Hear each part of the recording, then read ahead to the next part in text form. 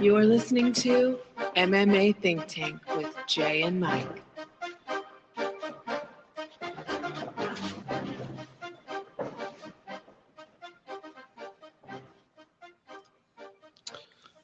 Welcome to MMA Think Tank.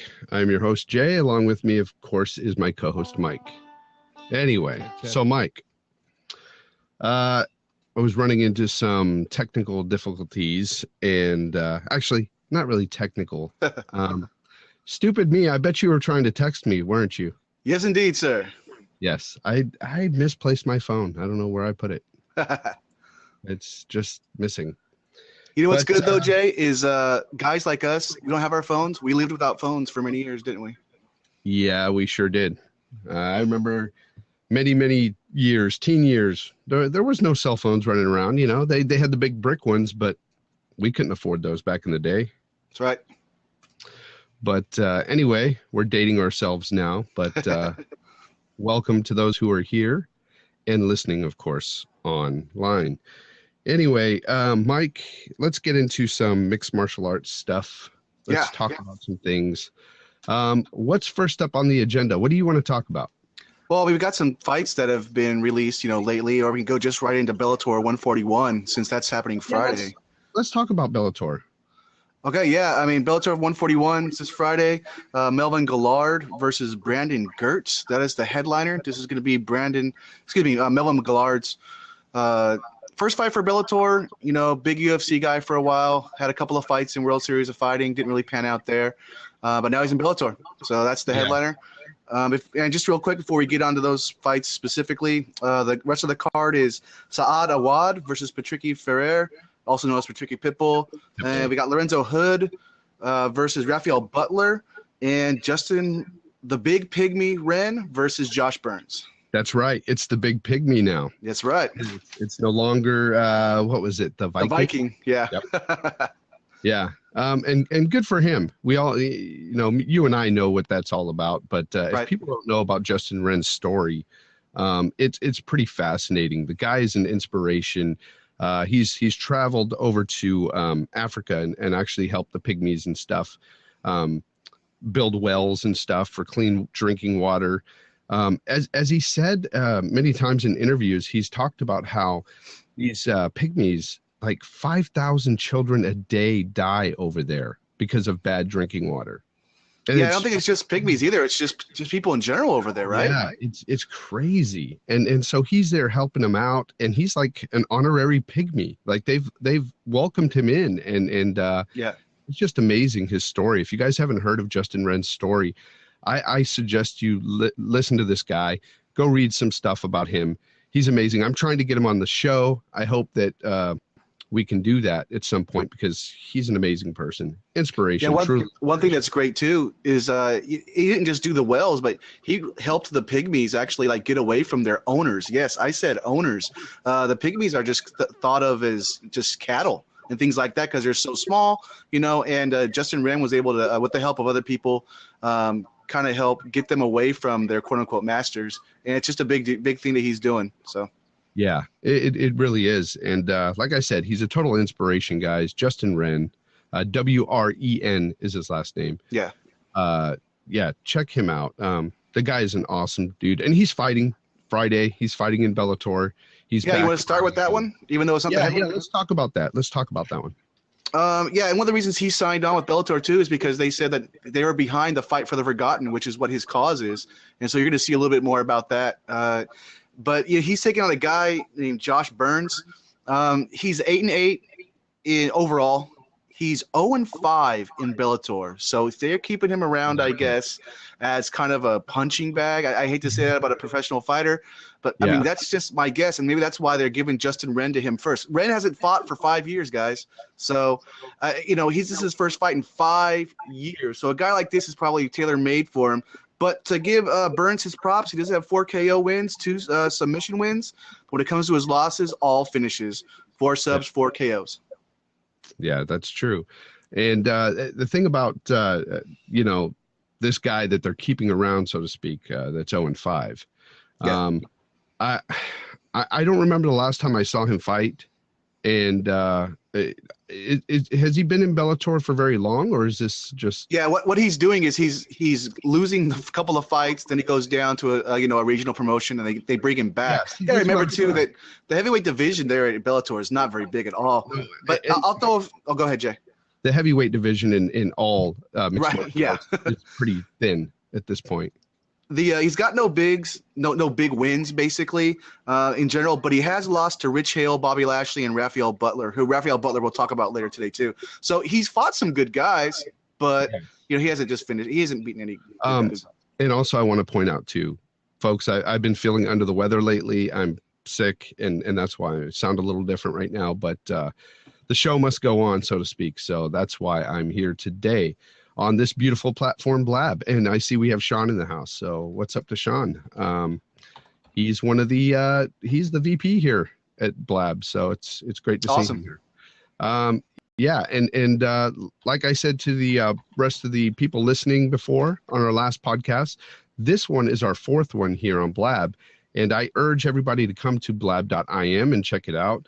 You can use a Chrome or Firefox browser at this point. I'm not sure if Safari works yet, but last time I tried to use it, it didn't work. But Chrome and Firefox worked fine. And come on over, check us out here on Blab.im. There's many other things to check out here as well. But this is a great place to come and watch some podcasts or just talk to people and meet people in general. It's pretty amazing. Yeah, I love the experience, Jay. I'm glad you thought about doing this because I really enjoy it. Yeah, I love the interaction here, and that's what it's all about. And that's what we're about here at the MMA Think Tank. You know, me and Mike lead the charge, but you guys are all a part of this think tank, and we love the feedback. So this place is perfect for it. Let's go along with Justin Wren though. Just real quick, he's 10-2, 6 KOs, 3 submissions. First fight in Bellator, obviously. He hasn't fought any big names really. I mean, he was in the UFC, he was in the Tough 10 show. And I think he lost to Madsen was the guy he lost to off that show in his first fight. And so even though, he hasn't fought a lot of big names, at least he's successful. He's 10-2 and he's got some finishes. So I'm going with Wren on that fight, Jay. And I am too, and I'm pulling for him wholeheartedly, especially with his story and everything. What an inspiration he is. You gotta love the guy. The guy's an amazing dude. Yeah, real quick, I want to just say something really quick about what led him not just to the Pygmy people, but this goes along with him coming back to fighting. Basically he lost his fight with Madsen, and he got into a deep depression, started doing drugs, and and he got kicked out of his gym because only the trainer, I forget his name, Jay, was for letting him stay, but all the guys wanted him to leave. And he basically was, cried out to God, what do you want me to do? And he'd heard about the Pygmy people and stuff before, and he's like, all right, God, I guess you want me to go to the Pygmy people. And that's when he went. And we can talk about this story for a lot, obviously, but it's out there. I mean, go look it up, like Jay said. I'm behind that. So now he's back. He's back after 5 years. Yeah. And he's not just fighting for himself. He's fighting for these people. So let's hope he wins, and let's see how far he goes. Yeah, in the Bellator. Just to put a little break in here. Since this is Blab, we've got some questions already, and it's awesome. Sean's asking. Oh, I said hi to people, but I forgot the questions. What's the latest with John Jones? So okay. What's the latest, Mike? There's nothing right now. Basically, Dana White says as soon as he's ready to come back, he can come back. And when he does come back, it's going to be him against Daniel Cormier, and that's a lock. When he comes back, that's going to happen. Okay. Do we know if he's in any kind of rehabilitation program or no? No.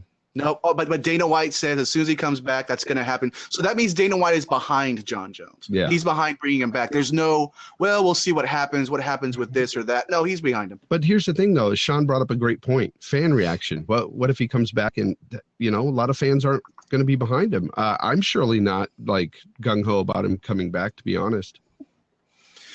Jay. A lot of fighters aren't either. A lot of fighters are upset at him. Oh, and they should be. It's a black eye for them as a sport. As fighters. But it comes down to what fans are we talking about? Whenever we talk MMA, we talking about the casual fans? We talking about the diehards? We talking about the people in the middle? People like you and I, Jay, and people who listen to our podcast here on Blab. He comes back. The guy's still a phenomenal athlete. I don't watch him fight. But you know what, Jay? I'm rooting for him to lose. Yeah. And that makes money. Yep. That makes money. And I just still don't know if anybody beats him right now. There's some good competition there, but that's how I look at it. Yeah, I feel the same way. But the whole thing where, you know, hit and run on a pregnant woman, and it's pissed a lot of people off. Not just the fan base, but actual, you know, fighters as well. And I've seen a lot of nasty comments from other fighters that don't want to see the guy back in the sport. But I can see both sides of it too, like you said. But when if you see Ren, go ahead. When he does come back, I will be rooting for him to lose. Yes. Yeah, Red Ace says, I'm sick of him, but based on the reactions of similar things in the other sports, I'm sure many will be willing to embrace his return. Yep. And that goes along with what I said with casual fans. Yep.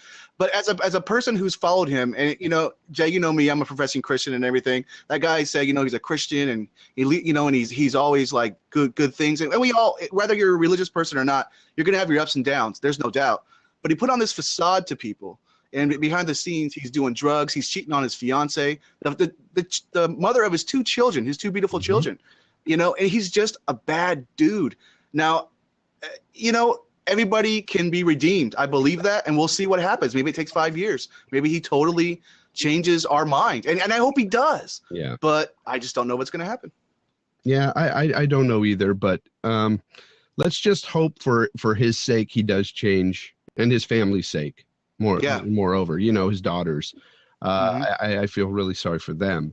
Hopefully he does change and comes back and does his thing. And, you know, hopefully he can be embraced once again from his fans and stuff. Hopefully. Yeah. And real quick, Jay, on this discussion, just before we forget, you know, I look at you as a father, Jay. You know, I don't have any kids, but you've got a lot of kids. You don't want your daughter seeing like their father like being a womanizer on their mother. What is that going to tell them when they choose a man, you know, or even just a partner in general? You know, they see that, and, you know, it's just no good. Sean has another question here. As guys who seem to be true MMA fans, do you feel like glitz and drama side of the sport is fine or a turnoff? I'll let you answer that first, Mike. Well, I want to know, Sean, exactly what you mean. Are you talking about like possibly people being in movies or TMZ, or I'm not sure exactly. I think he means all of it.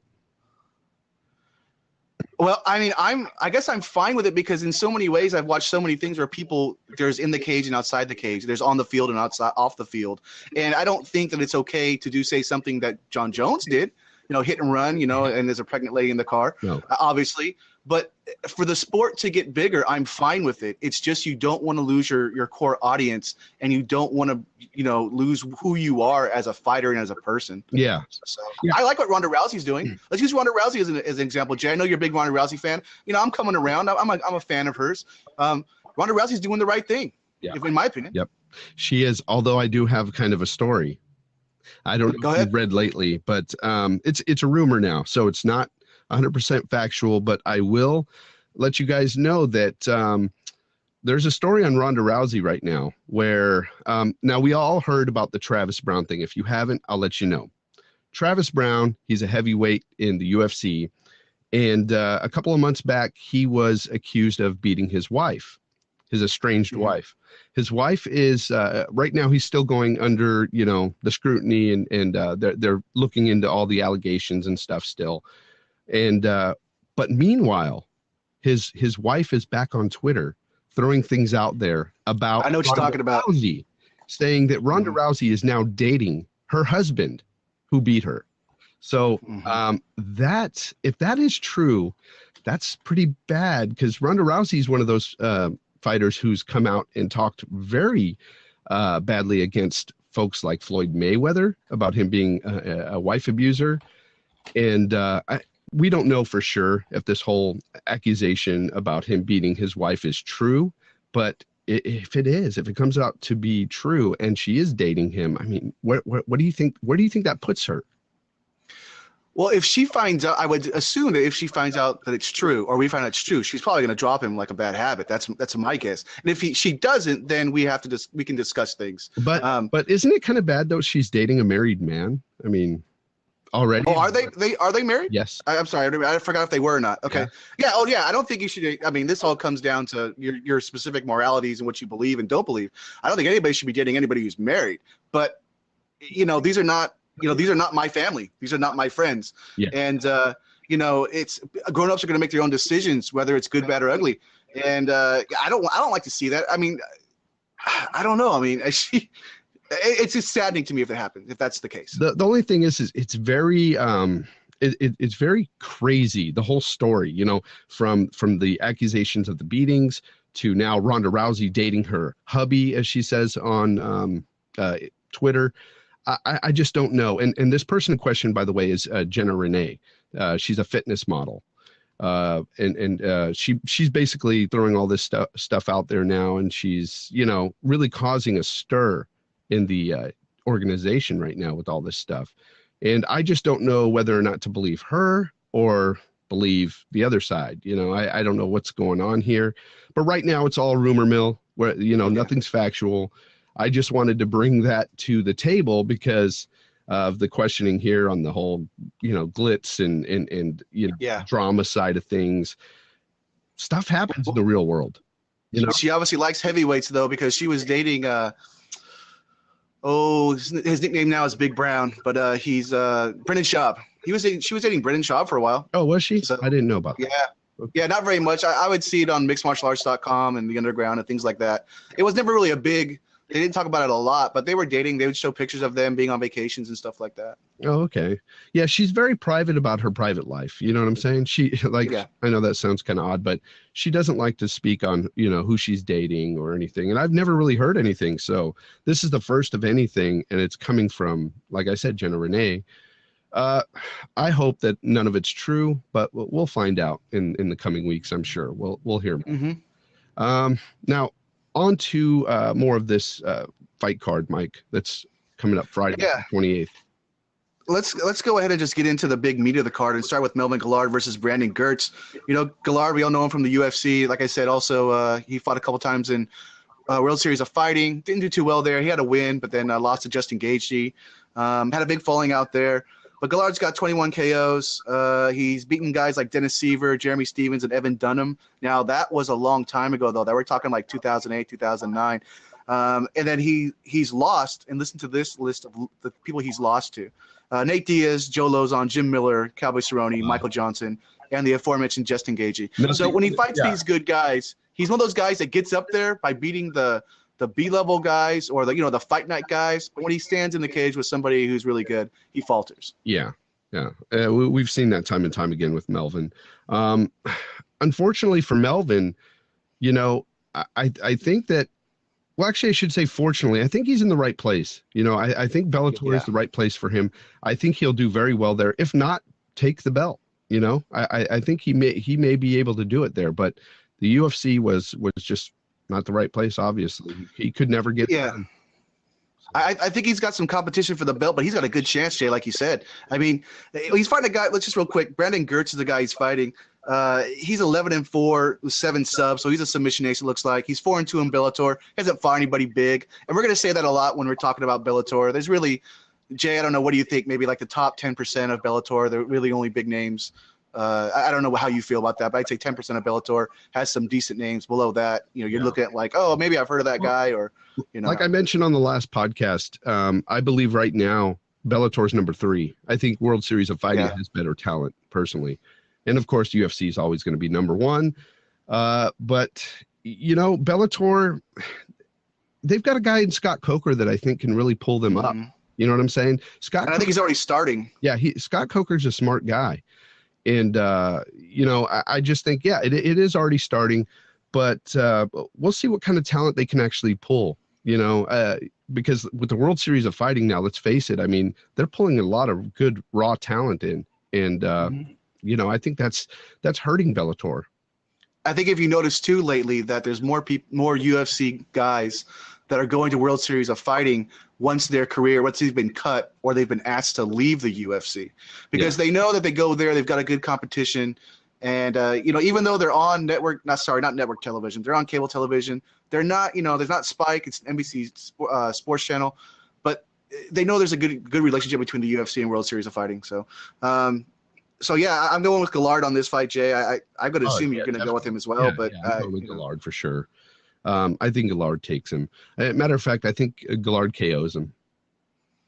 Yeah, you know, you're probably right. With a guy who's looks like a submission ace to me, you know, my guess is Guillard finishes him. Look, but you know what, Jay? It's interesting. He didn't have a great career in the World Series of Fighting. He only had the two fights. The guy he beat, it's out of my head right now, but he lost to Justin Gaethje for the title in a split decision. So we'll see. But Will Brooks holds the belt in Bellator, and that guy is fantastic. He's beaten. Yeah, Will Brooks. Yeah, amazing. Yeah, and this guy's like Michael Chandler. I think guys like Will Brooks, Michael Chandler, they could be in the UFC right now and do well. You know, that's that 10% I'm talking about. Yeah, that elite. Yeah, you want me to go on to the final two, Jay? Or you got anything else to say? I wanted to speak on Lorenzo Hood. Yeah. You know. Okay. Yeah, Lorenzo Hood is going to be. It looks like the kickoff fight for the night, and that's a great kickoff fight, Jay. You know, our interview with him on our podcast was really good, I thought. And guys, go download that and listen to it. He seems like a great guy. I didn't know him really until a week or two before the interview. Yeah, exactly. But Lorenzo Hood's 9-2. He'll say he's 13-2. But all the major websites say he's 9-2. Even Bellator, his website. And you know, I don't know what he's counting, guys.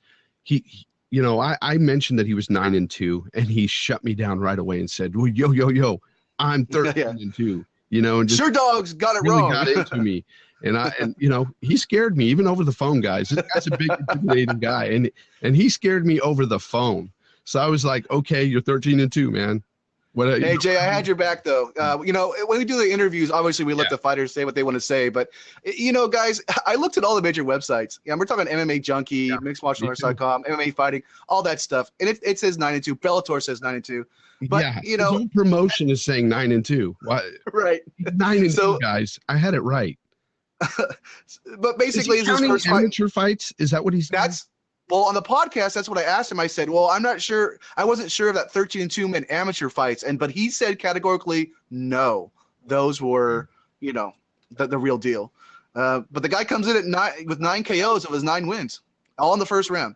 So, you know, we come down to who he's fought. He's been fighting in regional stuff, Jay, as we know about him. So no big names there, but he's fighting Rafael Butler, and I'm not gonna lie, I don't really remember that name either. But he's 4-1 and 1 in Bellator. Overall, he's 9-1-1. The guy has 5 KOs and 4 subs in his 9 wins. Yeah, I know a little bit about him from looking him up and stuff. The guy is a boxer.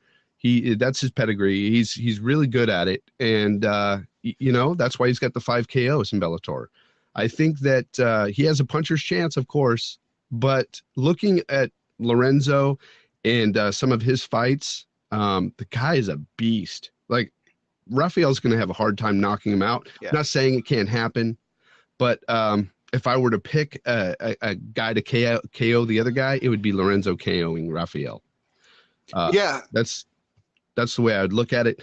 And matter of fact, if you guys look up a highlight film on Lorenzo Hood on YouTube, what's pretty interesting is there is a slam that he does on this guy that knocks out the guy. Very reminiscent of Jackson, Rampage Jackson from the UFC. Back in his Pride days, Jackson knocked people out by slamming them on their heads. And Ricardo Arona was the big one. Yeah, and he did the same thing. So I'm glad you remembered that name, because I wouldn't have remembered that. Oh yeah, man! I went through Pride on disc. Yeah. Oh, speaking of watching old fights, though, I watched last week. I saw, or the other day, I should say, UFC 48, Tim Sylvia versus Frank Mir. Oh, so you did watch it? Yes, I did. And yes. I just wanted to get back into that whole thing because I've seen it plenty of times before. But man, like, after it happened, though, I don't know if you remembered, Tim Sylvia gets his arm broken by Frank Mir, and the ref stops it, and it was Herb Dean, I believe. And as soon as he stops it, Sylvia gets up, like, upset, like, why'd you stop it? And you can clearly see his forearm just pop, like right in this area. It just pops. And well, yeah, on the slow-mo it pops, but he's holding his arm after, like, just after it's over. Like, you can tell something's wrong. Yeah, no, but he's pretending like nothing's wrong. He's, I'll fight right now. I'll fight right now. Yeah. And I'm like, dude, your arm is done. You need to go to the back room. But even after the fight, well after, he was saying that he was fine. And it was weird. It was really weird. But I never saw an X-ray or anything after that. And I'd love to see what it looked like. Well, it wasn't a joint. You know when people get arm barred, they got the elbow going. Oh yeah, it wasn't a joint. No, it was his forearm. It was the forearm. Yeah, exactly. Yeah. And that's what was so funny is because he kept saying, "Oh, maybe I just dislocated it." You can't dislocate your forearm, dude. It's not gonna. No. So anyway, he's a tough son of a gun, and he was trying to get back to the belt. I can't fault him for that, but it was pretty funny. The adrenaline's running hard, so I'm sure like as soon as the adrenaline was done, he was in a lot of pain. Yeah. Anyway, I think Sean left the room. He's a busy guy. He's the VP here, and it was nice to see him come in for a little time there. I kept him going with what he's asking about with Dana White. I think just real quick, he had some good questions. That's something that I've never been asked about, or we've never really talked about it, that side of the sport. Anyway, so Lorenzo Hood, who are you picking, Lorenzo or Rafael? Having talked to Lorenzo Hood, my heart wants to go with him. But he's, like you said, Jay, he's fighting a really good guy. If this guy decides to stand with him, I think Lorenzo Hood, after seeing all his highlights, I think he knocks him out. But it seems to me that the submissions that Butler gets is not like your traditional takedown and armbar or something like that. Yeah, it's just kind of like I posted on the Facebook fan site from Bellator from their actual website. It's called Foundations. It's like a minute and a half, and it just shows one of his fights. And Jimmy Smith is talking about it, breaking it down. And he just grabs this guy's head standing and makes him tap. That's the type of submissions we're talking. Yeah. So I'm gonna go with Hood. Hood, I'll tell you this. Hood is coming in with this is his first fight. I think he's got all the momentum. So I guess I'll go with Hood. Okay, I'm going with Hood too. But where does this take Hood if he does run through Rafael? Let's say he knocks him out first round. Okay, I think this is a big win. It's not like doesn't mean he's going to fight for the title. No, it's a big win because he's coming from a regional organization. Well, against a guy who's what was it 9-1-1? I think he's 9-1-1, and I mean 4-1-1 in Bellator. This guy hadn't fought. Well, it's tough to really talk about the heavyweights in Bellator, but he hasn't fought like a Bobby Lashley or a Minotaurov like their champ. But I think within 2 fights after that, he can fight for the title. If they don't give him the title fight, if he beats the next guy after Butler, because the guy's tailor-made to be a poster boy for an organization as a heavyweight. Oh, and if you guys haven't heard our interview with Lorenzo Hood, you can listen to it up on iTunes or our YouTube site. That's MMA Think Tank Podcast. You can find us pretty much everywhere. If you Google that, you'll see all our info come up. But the interview with Lorenzo Hood, he's got so much confidence. He's telling us right now he can just run through the champ even.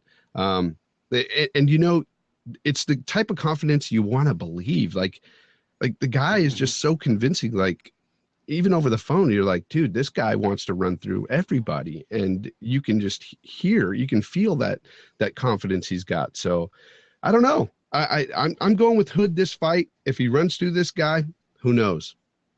Yeah. And just real quick too, you talked about, he's got this confidence and we're gonna want to run through these guys. He talks about, about he was really poor growing up and, only having a certain amount of clothes to wear and all that kind of stuff like that. So, and he's got that drive, man. And it's in my opinion, it's only 2 fights away from him becoming probably a champion in Bellator. And that would be just amazing. So. Yeah, definitely. Yeah, the Blab app is great, Ren. I love it. I use it all the time. I'm at work and I listen into Blabs all night long, and I shouldn't be, so quiet. I will not tell your boss, Jay. Now, Mike, before we go on real quick, I just want to tell you that I put some toys and stuff up here for mixed martial. I noticed that. Yeah. I decided to decorate a little bit behind me. I'm not done with it. I've got more stuff to put up, but we'll see. I'd say maybe one or 2 of those might be some gifts that possibly a handsome guy gave you. I don't know. It might have came from you. I don't know. Check this out. Benson Henderson signed. Yeah. Mark Munoz. And I've got there you go, man. 2 that I'm putting up, but I had to put those 2 up first because those 2 guys are amazing guys. Love them. Hey, real quick, Jay, read on MMA Junkie, Mark Munoz, not worried about coming back, loving life. Good. And I'm happy for him. Good. I'm happy for him too, because he should have retired. Yeah. He was never going to recover those WEC days that he had. Those moments that he had. I remember being at one of those fights with you, and we watched him knock out that really big, tall guy. I forgot his name, but just knocked him out. He's probably a middleweight. This tall black dude. I don't know if he came to the UFC after though. But I know who you're talking about. Yeah, that was such an amazing fight. And he was so much shorter than him too. I mean, he just went in there and just dropped him on his head and Donkey Kong punches, as he says. Yep. The Donkey Kong punches. Yeah, you know, that's somebody I'd love to try and get to interview. Mark Munoz. I'd love to pick his brain. Yeah, especially now. We've met him. He's a nice guy, great guy. Just, you know, I don't think it would work if I called him up and said, "Hey, I met you before. Would you do an interview?" Right. He probably doesn't remember who the hell we are. He's like, I don't want to talk to like anything MMA right now. I'm having fun with my family and going to McDonald's or something, you know. You know what? I'll talk to him about whatever, you know. Hey, yeah. You know, he could tell us some old stories and stuff, and maybe some, things about what goes on behind the scenes and that sort of stuff. It'd be nice to hear. No, that's a great interview if we can get it. Yeah, because he could talk. You know, now he's not under contract. Right, and he's not coming back. So. Yep, exactly. So what else is for us? Yeah, the last fight on the card is Saad Awad versus Patricky Ferre, I think is how you say it. But he goes by Patricky Pitbull. Not the Pitbull who has the featherweight belt, but his brother who fights at lightweight. Patricky Pitbull. Yeah. You know, Awad, he's 18-6, 7 KOs, 7 subs, so that's pretty good. 6-2 in Bellator. His loss is to David. He has a loss against David Rickles, David K. Van Rickles. He has a loss against Will Brooks, the champ. He also has beaten him, but the first loss was pretty far back. So the second loss is a little bit more probably on par with where he's at. So he lost to Will Brooks the second time. When we look at Patricky Pitbull, he's a guy, you know, we talk about guys like Chris Lytle back in the day. We talk about maybe Ross Pearson is getting to this point when I say, you know, he's got 9 KOs. He's 6-5 in Bellator. But, you know, 13 of those wins are 9 KOs. So he's not been as successful as his brother has been, but he's a great fighter to watch. He beat David Rickles. So if we're doing MMA math, which I know we're not supposed to, but he did beat David Rickles. He's lost to Michael Chandler, Eddie Alvarez, and Marcin Held. Those are 3 big names. So he's a guy like Melvin Gillard in Bellator where he beats, you know, the okay guys. When he steps into the cage with the good guys, he falters. Yeah. Yeah. Patricky, he's not as good as his brother person. Yeah. You know, we know that. Patricio. But he's still a good dude. He's still fun to watch. I say that he wins this next fight though. I think he wins this next one. Yeah, you know, I'm going with him too. This Awad guy though, he's got a good, you know, he's got 7 KOs and 7 subs, so he's pretty good, well-rounded. But I don't know what's going to happen when Patricky, you know, gives him a 1-2. You know, who knows what happens after that? A hard 1-2, I should say. Yeah, who knows? I just don't know enough of Awad to really pick him in this fight, to be honest. I really don't know much of this guy. I don't know where he's coming from, what organization he's been with before. He's only been with Bellator for a major promotion, Jay. He hasn't been he's all been regional stuff until Bellator. Okay. Yeah. Yeah. So I really don't know him very well. So I'm going with Patricky on that one for sure. Yeah, I'm going with him too because not just because I know him, because I didn't really know Awad either. But the power there is just, to me, is fairly overwhelming. I read an article with Patricio Pitbull, his brother, said that Patricky's going to look completely different. Now, I don't know if that's hyping the fight, if that's, you know, hometown talk, but, you know, I'm excited to see it because really something I've wanted to talk about for a while, and I keep forgetting about it, Jay, and maybe it's a different discussion for a different time, but just real quick is the guys who have been homegrown in Bellator. I mean, the Pitbull brothers, them, you know, Michael Chandler, Will Brooks, these guys, they're some really good guys, and Bellator they have a good stable of guys, you know, that whether they're great fighters or fun to watch or good personalities.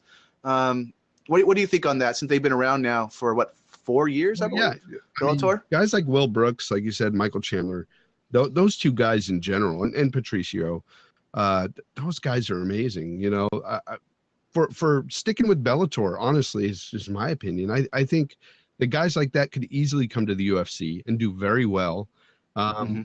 obviously they're happy at Bellator, and more power to Bellator for keeping guys happy. I want to see other organizations grow. I don't want there just to be one. You always want that competition out there. You want these guys to have all these organizations to have good competition to create great talent, and just have more MMA for us to watch. Basically, yeah, that's what I look towards. And so yeah, those guys are great talent, and there's other guys too out there in Bellator, not just the guys we mentioned. Oh yeah, there's people I'm not thinking of right now, but there's guys who, like, when they come on the screen, you're like, oh great, I'm glad to see that guy. Or yeah, or whatever, I'm glad to see that guy. Sometimes you don't recognize their name, but you recognize their work. I mean, Jay, if we didn't interview Lorenzo Hood, I wouldn't have known who Lorenzo Hood or Rafael Butler were. Yeah. So, well, just keeping it real, people. You're not a fan.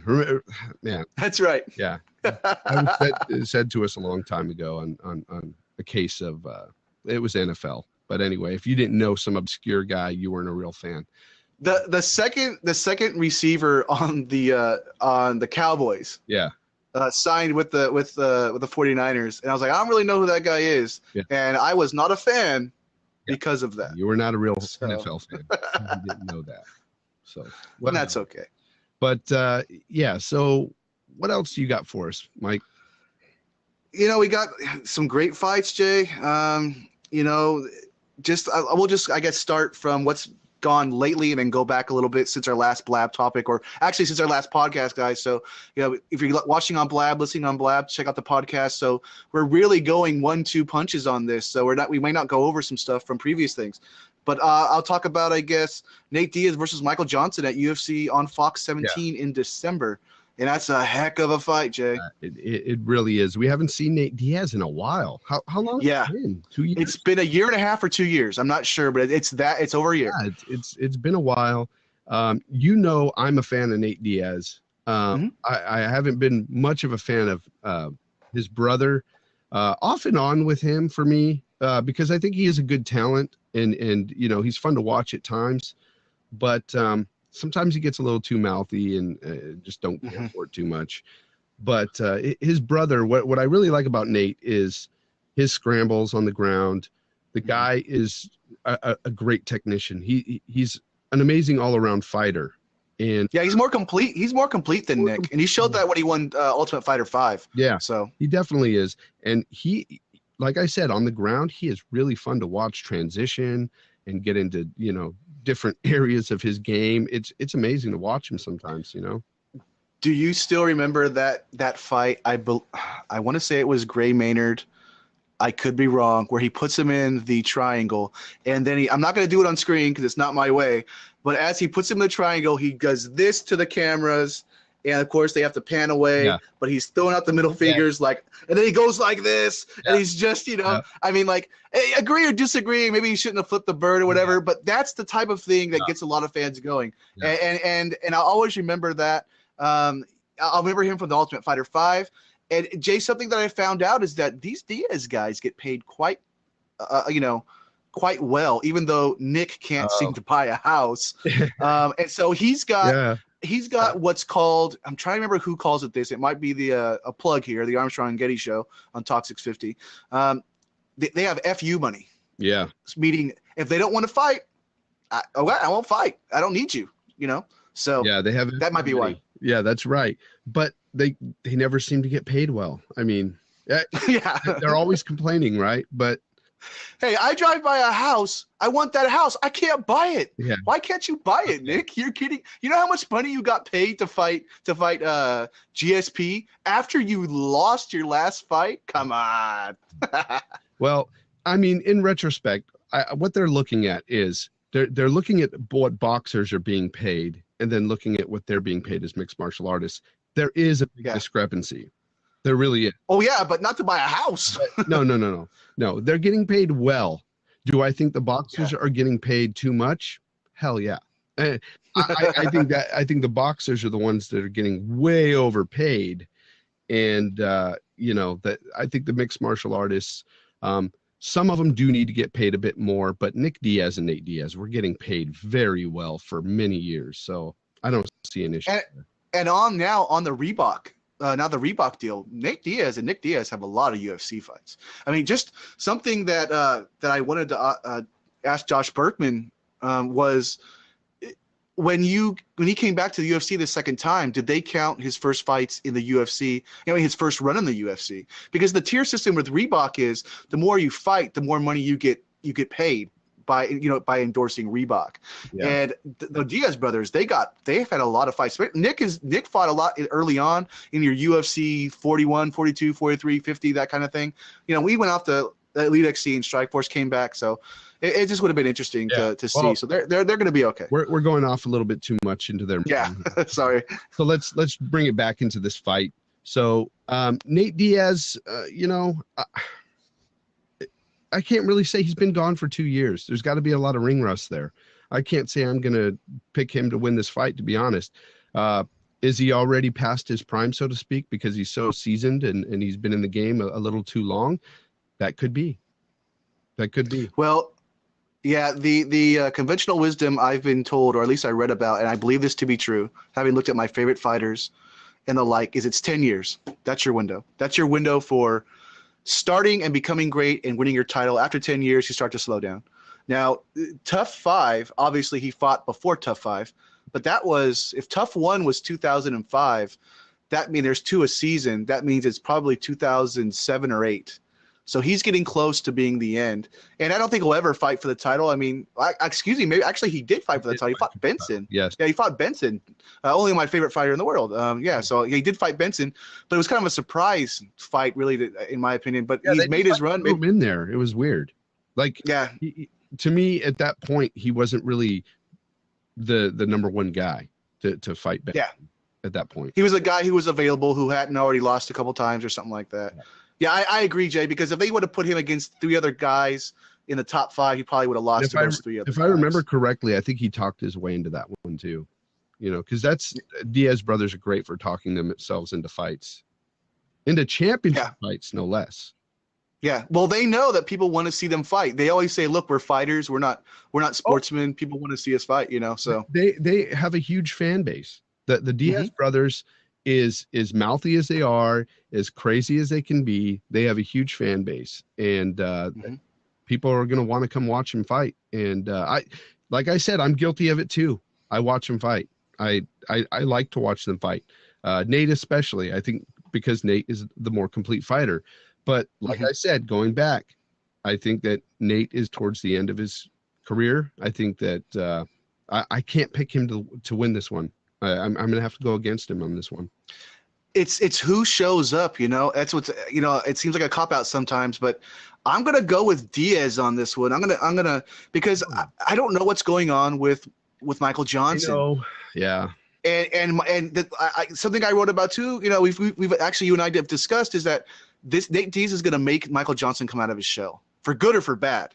So he's not going to, but I have a feeling Nate Diaz is going to go in there, talk a lot of smack to Johnson, as he likes to do. Look, he beat Donald Cerrone, and Donald Cerrone was good at that point. It wasn't like Donald Cerrone had just come in from the WEC, and he was great in the WEC anyway. So if he can get into Donald Cerrone's head, I think he can get into Nate Diaz, to Michael Johnson's head. And I'm not saying it's a blowout, but if I'm going to pick somebody, I'm picking Diaz. I just think he's going to win it.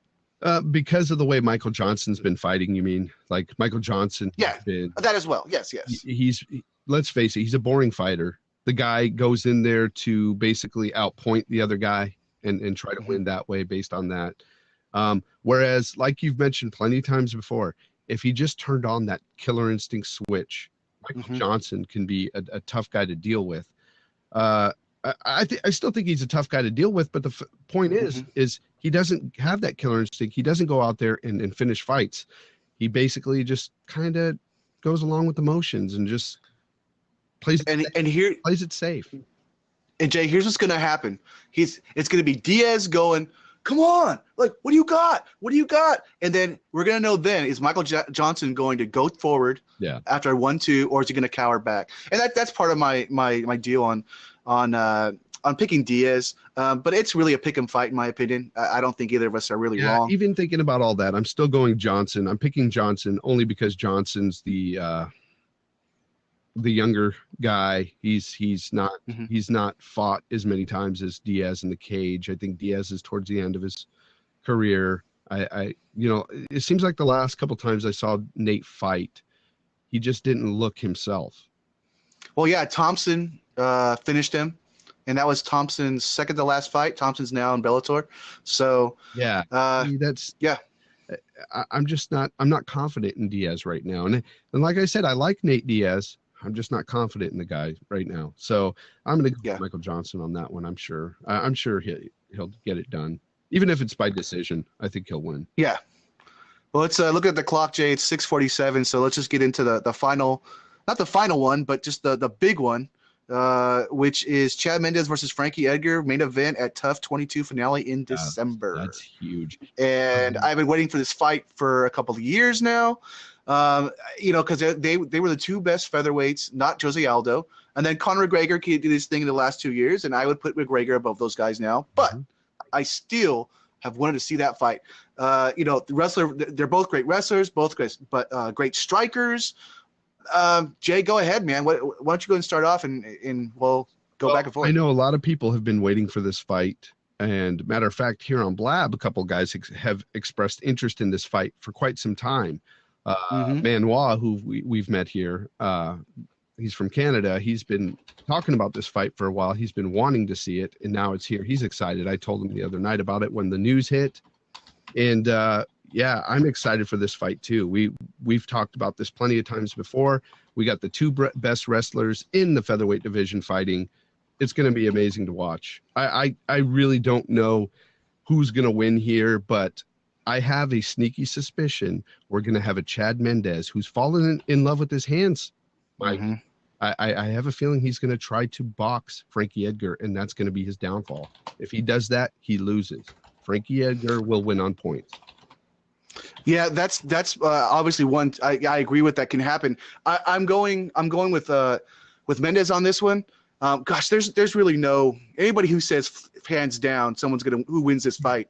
I think they're just not thinking. But I will say I just think that Mendes will be able to take him down at some point, hold him down, throw some elbows, win the rounds, and he's got the power in his hands. But we've talked also about the striking with Edgar. He's a faster striker. His footwork's better. Mendes is a better counter striker. But to me, it comes down to the wrestling's just stronger, in my opinion, for Mendes, and he's got the power in the striking. But let me get into this a little deeper here for you. Yeah. What we've seen Mendes do recently, Mendes fighting Jose Aldo. What did he do?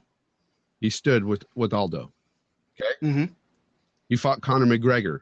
He took Conor down, but not before he wasn't hit by Conor. He felt Conor's power, so that's why he took him down.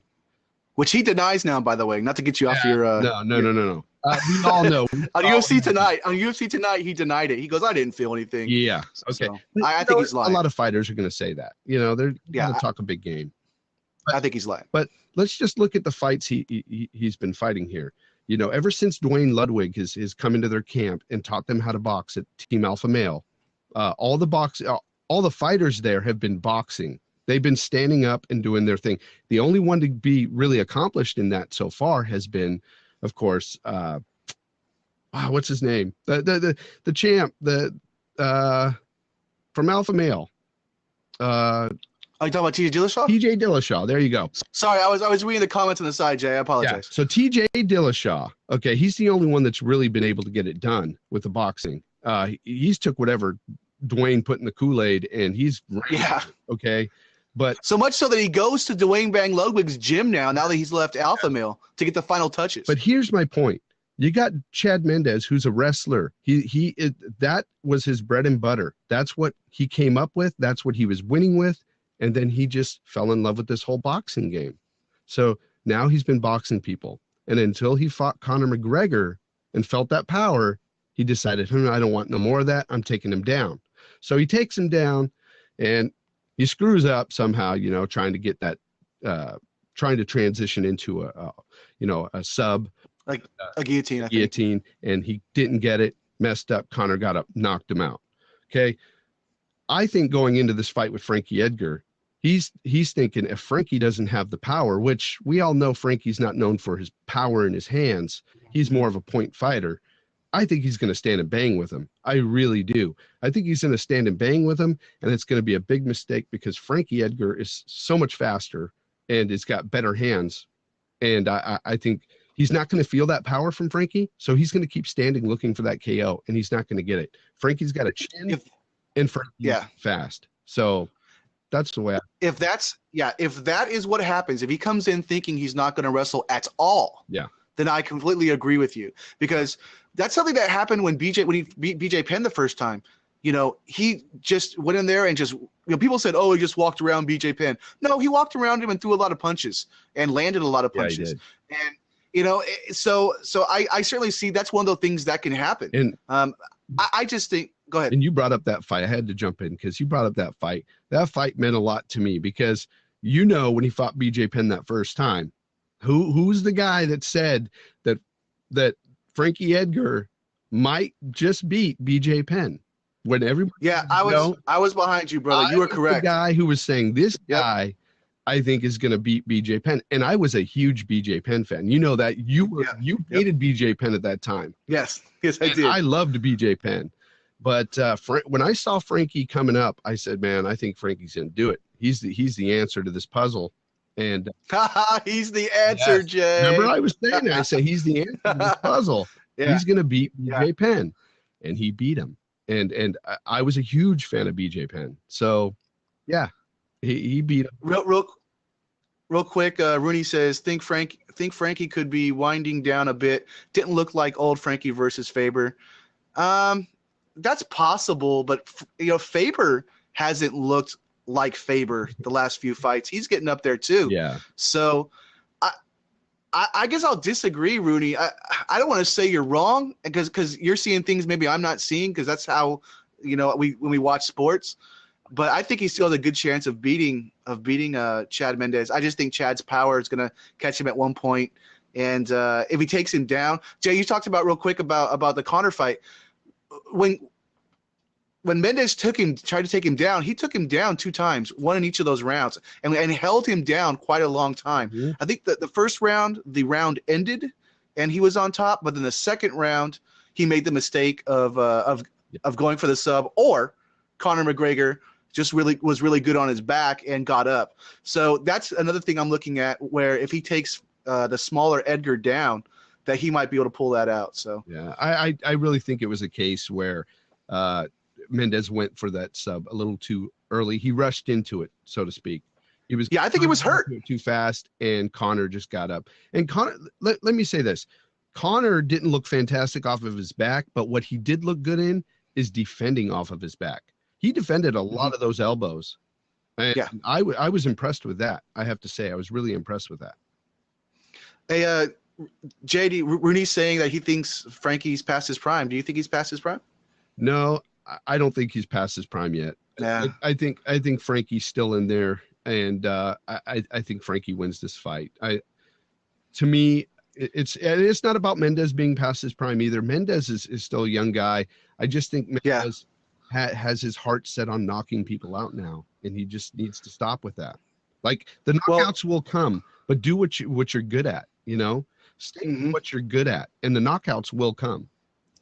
Well, hopefully he's learned that, you know, the wrestling Conor worked a lot of the time. I mean, Conor, to his, you know, for him, he you know, defended a lot of the takedowns too. So it's not like he just run roughshod over Conor. But Rooney, why don't you go ahead and pull up an open seat, man, and let us know who you think Frankie Edgar loses to? Yeah, because honestly, I don't see him losing to anybody but maybe Aldo and Mendes and Conor, to be honest with you. But those are the top 3 guys, and maybe that's why you think he's past his prime. I don't know. Conor is just, you know, he's a beast. And apparently, you know, we didn't know about this going into the fight, but Conor was hurt during that fight as well against Mendes. Yeah. So yeah, I think he had an ACL problem or something. I'm not. He came in with a bum knee, I believe, but it could have been ACL. No, the ACL I think was the Holloway fight. Okay. And I think it was a bum knee on this one. Either way, he was hurt. And it was a serious enough injury to mess with his performance, but not keep him out of the keep him out of the cage. Unlike Jose Aldo. Yeah, Yeah, but the jury's still out on whether or not he broke his rib, right? I'm not even going to touch that anymore, man. It's under the bridge, brother. I don't. It's not worth. Yeah. What is worth talking about is that this guy pulls out of fights quite a bit. Yep. So, it's either bad luck or it's perfect timing for him. Mm-hmm. So we've got two other things to talk about. We've got JDS versus Alistair Overeem is now official for UFC on Fox 17. The other one I wouldn't mind just talking about really quick, Jay, because we don't have to talk about it for very long, is the World Series of Fighting is having trouble now getting their one-night, one-man lightweight tournament being official. The vice president says, I'm sorry? Why? Well, like we talked about on the podcast, is that the athletic commissions aren't going to allow you to fight that many times a night. The way Bellator will get through it with their four-man tournament of light heavyweights is they're going to do something that Scott Coker did in Strikeforce, which is the first fight will be 2 rounds, and then the second fight will be 3 rounds, and that 2 + 3 = 5 equals a 5-round championship fight. Well, you can't do that with 8 guys. But they thought if they went to Washington, they'd be able to get their commission to, I don't know, change it or something. But now let's read the quote from the vice president. The vice president said he misspoke about saying it was going to go to Washington, and that that it was okay. He misspoke. Now that's political speak a lot of times for other things, but I don't know how they're going to do that. I think it's probably a wash now. So yeah, that sucks. I was looking forward to that, but yeah, at least we got the Bellator 4-man fight, right? Or 4. Yeah, and they released one of the fights for the 4. It's not the big guys that we know already, like King Mo or Phil Davis. It's Linton Vassell or Linton, I think that's his name. It's the other guy in that group that is not as well known. He's fighting somebody that's also not as well known. So that first fight came out, but yeah, we'll see. Yeah, and it's too bad that you're sick, Rooney, or else you could have been on and talked with us. But yeah, next time, man, next time. But yeah, Mike, we're gonna have to wrap it up here. But great talk, and I'm glad that everybody stuck it out here. Rooney, you've been here a few times with us, so it's nice to see you back. And Manoir must have been called away again because he keeps telling me I'm gonna be there, but you didn't in, sucker. All right, so anyway, Ren, thanks for your presence here. It's very welcomed here. Do you feel her in the force, Jay? You know what, the force is strong with that one. The force is definitely strong with that one. So thanks for listening and watching, and we will see you next time here on Blab.im. And I'm picking JDS over Overeem by knockout. Yeah, I'm picking JDS over Overeem by knockout as well. Okay. We're in agreement there. We didn't agree on the other fights tonight, but we're in agreement there.